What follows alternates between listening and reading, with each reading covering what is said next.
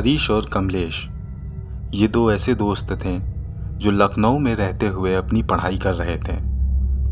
उन लोगों ने रेंट पर एक घर ले रखा था और वहीं पर रुक के ये दोनों पढ़ाई करते थे। वो अपने गांव से दूर थे। कभी कभी कोई रिश्तेदार इनके पास आ जाया करता था। घर से भी कभी कभी कोई चला आता था।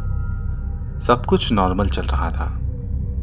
सब कुछ ठीक ठाक था जैसा उन्होंने सोच रखा था। वक्त बीतता जा रहा था और एक दिन उनके घर में एक अजनबी इंसान आया। उसे कभी इन लोगों ने देखा नहीं था। दरवाजे पे दस्तक हुई तो इन लोगों ने जाकर दरवाज़ा खोला। जाकर देखा तो वहाँ पर एक आदमी खड़ा हुआ था, अधेड़ उम्र का, जो शायद उनके पापा की उम्र के करीब लग रहा था। उसने गौर से उनको देखा और मुस्कुराकर उनका नाम पुकारते हुए कहने लगा, बेटा हरीश, पहचाना नहीं मुझे? मैं तुम्हारे दूर का चाचा हूँ। कमलेश भी उनको गौर से देख रहा था। उन्होंने कमलेश को भी पुकारा, अरे कमलेश, इतने बड़े हो गए, क्या तुम मुझे पहचान नहीं पाए? अरे मैं तुम्हारे दूर का चाचा हूँ। ये कहते हुए उन्होंने एक गांव का नाम लिया जहाँ पर उनके चाचा की रिश्तेदारी हुआ करती थी। उन्हें लगा कि शायद कोई रिश्तेदार होगा जिन्हें वो पहचान नहीं पा रहे हों। खैर, सभ्यता तो ये कहती थी कि आए हुए मेहमान का स्वागत करें। उन्होंने उन्हें अंदर बुलाया। बड़े प्यार से वो अंदर आकर बैठे। उन्होंने चाय नाश्ता दिया, पानी दिया। फिर उन लोगों में बात होने लगी।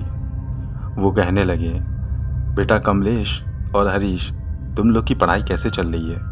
वो दोनों कहने लगे, ठीक चल रही है अंकल। उसके बाद वो इंसान बोला, लगता है कि तुम लोग मुझे पहचान पा ही नहीं रहे हो। तो इस पर वो दोनों लोग कहने लगे, सच कहूँ तो हम भी आपको पहचान नहीं पाए हैं। हो सकता है कि बहुत समय के अंतराल में मैं आपसे मिल रहा हूँ, इसलिए हम लोग आपको पहचान नहीं पा रहे। वो आदमी कहने लगा, हाँ, जब हम तुमसे पिछली बार मिले थे तो तुम लोग छोटे ही थे। खैर, मैं यहाँ किसी काम से आया था। पता चला था कि तुम लोग यहीं पर हो। अब जाऊँगा तो देर हो जाएगी, तो सोचा आज रात यहीं बिता लूँ, तो इसलिए तुम लोगों को परेशानी देने चला आया। अरे नहीं, इसमें परेशानी की क्या बात है, कमलेश ने कहा।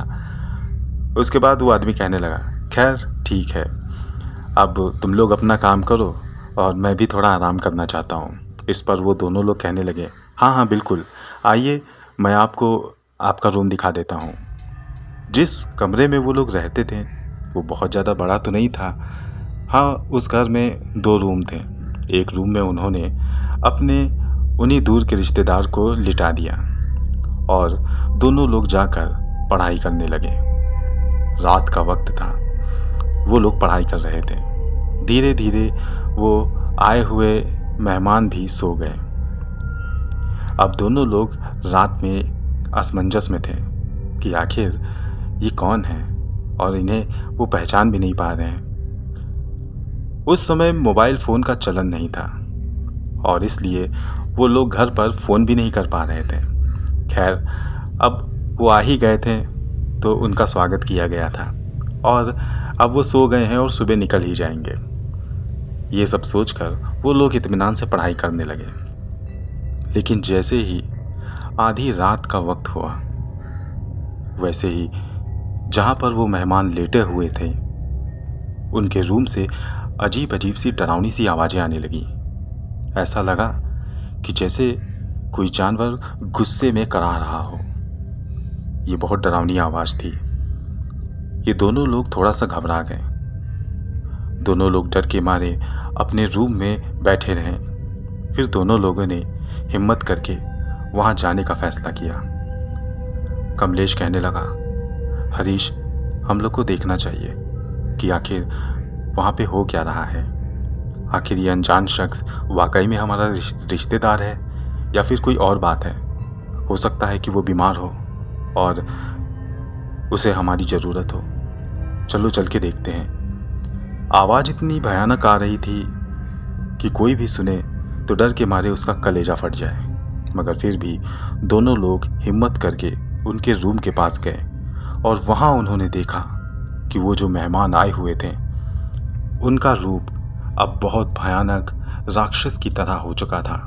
लग रहा था कि जैसे सालों से इनके चेहरे पर कभी पानी ना पड़ा हो। इनके बड़े बड़े दांत हो रहे थे, बड़ी आंखें, चेहरा इतना भयानक कि कोई भी देखे तो देखते ही मर जाए। ये देखकर दोनों लोगों की हालत खराब हो गई। उस घर में वो लोग अकेले थे और उस मेहमान की आवाज़ बेहद खतरनाक थी। उन दोनों लोगों का अब डर के मारे बुरा हाल था। वो दोनों लोग करें तो करें क्या, ये सोच भी नहीं पा रहे थे। वो मेहमान अजीब अजीब सी हरकतें करते हुए बेड से नीचे उतरा, अपने हाथ पांव को मोड़ने लगा और दीवारों को खुरचने लगा, डरावनी आवाज़ें निकालने लगा। ये सब देखकर हरीश और कमलेश वापस अपने कमरे में भाग आए। वो डर के मारे छुप गए। उन्हें लगा कि अब अगर वो उनके बारे में जान गया तो वो उन्हें नहीं छोड़ेगा। ये ज़रूर कोई भूत प्रेत का मसला है। कोई भूत प्रेत अपना रूप बदलकर उनके घर आ गया है। वो लोग ये सोचकर अपने कमरे में चुपचाप बैठे रहे। लेकिन तभी वो आदमी उनकी ओर दौड़ा। वो लोग अपने कमरे से निकलकर बाहर की ओर आ गए और फिर आंगन में छुप गए।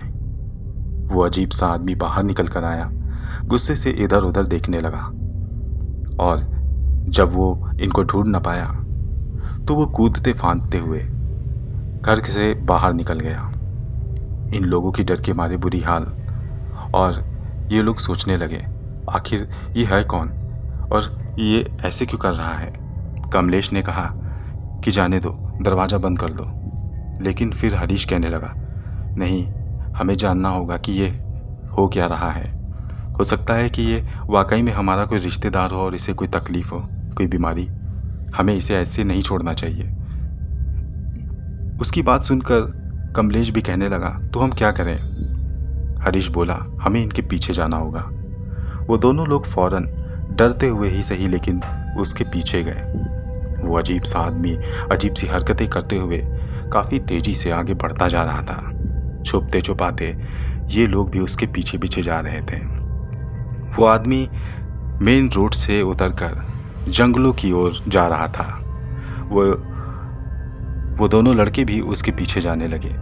थोड़ी दूर जाने के बाद वो दोनों लड़कों ने देखा कि वो आदमी पैर किसी पेड़ की डाल पर फंसाए हुए उल्टा लटका था और उन लोगों को देख रहा था। ये देखकर उन दोनों की हालत खराब हो गई। वो उल्टा लटक कर उन्हें धमकाते हुए कहने लगा तुम दोनों मेरा शिकार हो। मैं कोई तुम्हारा रिश्तेदार नहीं, बल्कि मैं तो तुम्हारा शिकार करने आया था। ये कहकर वो झट से डाली से उतर गया। उसका डाली से उतरना था कि हरीश और कमलेश दोनों लोग वहां से भागने लगे। उस अजीब से आदमी की हंसी की गूंज पूरी फिजाओं में गूंज रही थी। डर के मारे दोनों लड़कों का बुरा हाल। वो करते भी तो क्या करते, मदद के लिए चिल्ला रहे थे मगर जिस जगह पर वो थे वहां ज़्यादा घर नहीं थे। डरते हुए भागते हुए वो इधर उधर फांदते हुए एक बहुत पुराने जर्जर सिनेमा हॉल में घुस गए। वहां पर अंधेरे पड़े कमरों में वो जाकर एक किनारे दुबक कर बैठ गए। उनके पीछे पीछे वो शख्स भी वहां पर आ गया और उन्हें ढूंढने लगा। उसकी सांसें, उसकी गुर्राहट उन दोनों को कपा रही थी। उन दोनों को लग रहा था कि जैसे ये उनका आखिरी दिन है। लेकिन कुछ समय के बाद उसकी मौजूदगी का असर कम पड़ने लगा। उसकी आवाज़ कम हो गई और वहाँ पर एक बहुत ही दिल दहला देने वाला सन्नाटा छा गया। दोनों लड़के वहाँ पर बैठे रहे। काफ़ी देर तक कोई आवाज़ नहीं आई। उन्हें लगा कि शायद वो भयानक आदमी वहाँ से जा चुका है। हरीश ने हिम्मत करते हुए थोड़ा सा बाहर झांक कर देखा। उसे वहाँ पर कोई नहीं दिखा। सिर्फ चांद की चांदनी चारों ओर बिखरी हुई थी जो एक भयानक मंजर बना रही थी उस जगह का। दोनों लड़के वहाँ से उठकर अपने रूम की ओर जाने लगे। वो दोनों लंबे लंबे डग भरते हुए अपने घर की ओर जा ही रहे थे कि तभी दोनों ने महसूस किया कि जैसे ऊंचाई से कोई कूदा हो। धप की आवाज आई।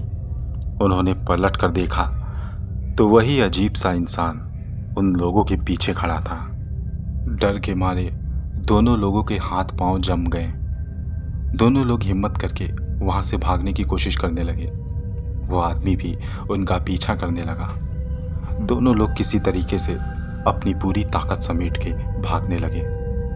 वो भागते हुए अपने घर वापस आ गए और सारी खिड़की दरवाजे बंद करके एक कमरे में दुबक कर बैठ गए। बाहर से वो अजीब सा शख्स दरवाजा खटखटाता रहा। इन लोगों ने दरवाजा नहीं खोला। वो जोर जोर से दरवाजा पीटता रहा। सारी रात यही चलता रहा। डर के मारे वो दोनों लोग बाहर नहीं निकले।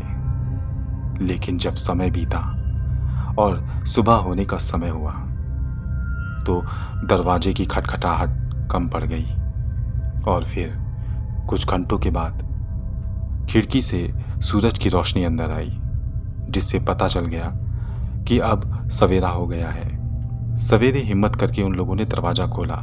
सब कुछ नॉर्मल था, वहाँ पर कुछ भी नहीं था। लेकिन जब वो लोग दरवाजे के पास गए तो वहाँ पर उन लोगों ने किसी के पैरों के निशान जरूर देखे, जो आम इंसान से ज़्यादा विकृत थे।